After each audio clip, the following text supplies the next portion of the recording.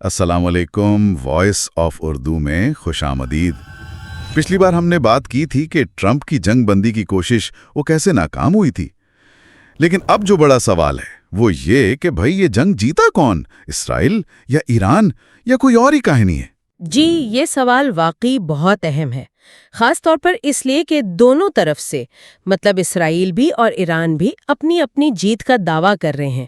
تو یہ سمجھنے کے لیے کہ اصل میں ہوا کیا، ہمیں دیکھنا پڑے گا کہ کس کے کیا مقاصد تھے اور وہ کتنے پورے ہوئے۔ بالکل، تو آئیے اسرائیل سے شروع کرتے ہیں۔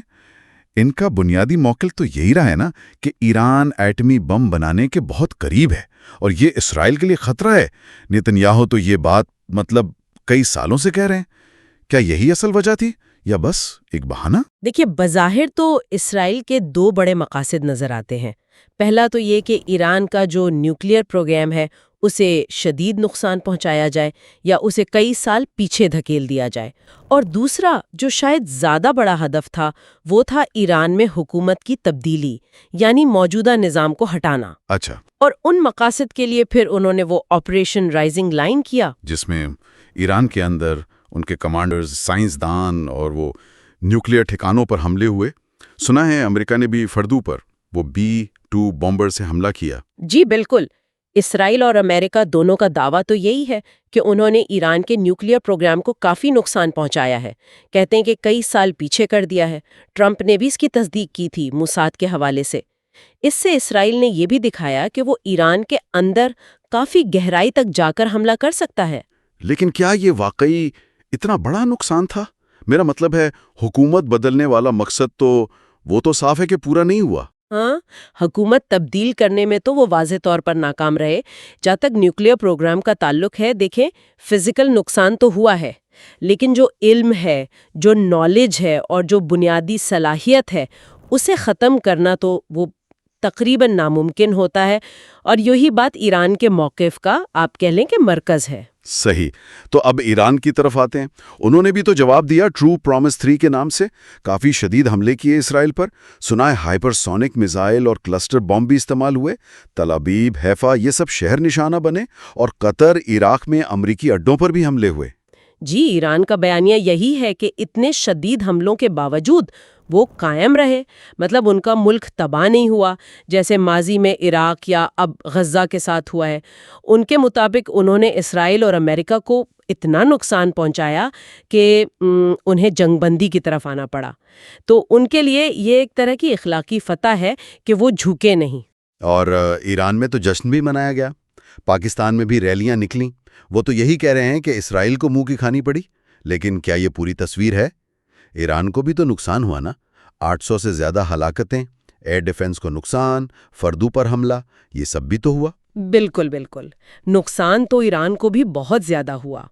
یہ ہلاکتوں کے اعداد و شمار اگر درست ہیں تو یہ بہت بڑا نقصان ہے۔ ان کا ایئر ڈیفنس کمزور ہوا، نیوکلیئر سائٹ پر حملہ ہوا، لیکن ان کے نقطۂ نظر سے جو اہم بات ہے وہ یہ کہ ان کی قیادت بچ گئی، ملک مکمل تباہی سے بچ گیا، اور جو نیوکلیئر علم ہے وہ ابھی بھی ان کے پاس ہے۔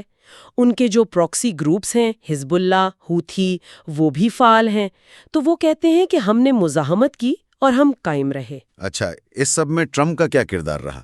وہ آئے، جنگ بندی کروائی اور کریڈٹ لے گئے، نیوکلیئر پروگرام ختم کر دیا، دوسری طرف یہ بھی کہہ دیا کہ بھئی ایران نے بڑی بہادری سے مقابلہ کیا اور اسرائیل کو ہلا کر رکھ دیا۔ تو ان بیانات سے شاید دونوں طرف تھوڑی وہ کنفیوژن بھی ہوئی ہوگی۔ تو پھر آخر میں مطلب جیتا کون؟ کیا اسرائیل جس نے فوجی نقصان پہنچایا اور نیوکلیئر خطرہ کم کرنے کا دعویٰ کیا، یا ایران جو تباہی سے بچ گیا اور کہتا ہے کہ اس نے دشمن کو جنگ بندی پہ مجبور کیا؟ دیکھیں، کوئی واضح کلین کٹ فاتح نہیں ہے۔ یہ ایک جسے کہتے ہیں نا نیریٹو وار، یعنی بیانیے کی جنگ بن گئی ہے۔ اسرائیل کو فوجی یعنی ٹیکٹیکل کامیابیاں ملی، ایران کو نقصان پہنچا، لیکن ایران بھی مکمل طور پر ہارا نہیں۔ اسٹریٹجک سطح پر وہ اپنی بقا کو یقینی بنا کر اور مزاحمت کا بیانیہ قائم رکھ کر اپنی جگہ کھڑا ہے۔ شاید آپ کہہ سکتی ہیں کہ اصل فاتح امریکہ رہا، جس نے اپنا اثر و رسوخ دکھایا۔ تو اس کا مطلب یہ ہوا کہ یہ لڑائی ابھی ختم نہیں ہوئی، بس رکی ہے۔ بالکل ایسا ہی لگتا ہے، یہ تنازع ابھی چلے گا۔ ممکن ہے ایران اب زیادہ خفیہ طریقے سے اپنا نیوکلیئر پروگرام چلائے اور اپنے پراکسیز کے ذریعے اسرائیل پر دباؤ جاری رکھے۔ وہ جو پرانا جوہری معاہدہ تھا JCPOA، اس جیسی کوئی ڈیل اب شاید بہت مشکل ہے۔ اور عالمی سطح پر بھی دیکھیں، چین اور روس شاید ایران کے اور قریب آئیں، جبکہ سعودی عرب، UAE جیسے ملک اسرائیل کے ساتھ تعلقات مزید مضبوط کر سکتے ہیں۔ تو سننے والوں، اس جنگ کا فاتح کون ہے، یہ شاید اس بات پر منحصر ہے کہ آپ کس زاویے سے دیکھ رہے ہیں۔ کیا فوجی کامیابی اصل جیت ہے، یا شدید حملوں کے باوجود اپنی جگہ قائم رہنا اور اپنی بقا کو یقینی بنانا؟ جی، اور ایک آخری بات جو سوچنے والی ہے، کیا آج کی دنیا میں جہاں بڑی طاقتیں چاہیں تو کسی ملک کو بہت نقصان پہنچا سکتی ہیں، وہاں محض تباہی سے بچ جانا اور حملہ آور کو جنگ روکنے پر لے آنا، کیا یہ خود ایک طرح کی فتح نہیں؟ بھلے ہی اس کی کتنی ہی بھاری قیمت کیوں نہ چکانی پڑی ہو۔ یہ ایک جذباتی پہلو بھی ہے۔ اس تحقیق میں ہماری مدد کی حیدر حسن نے۔ آپ سن رہے تھے وائس آف اردو۔ اب اجازت دیں۔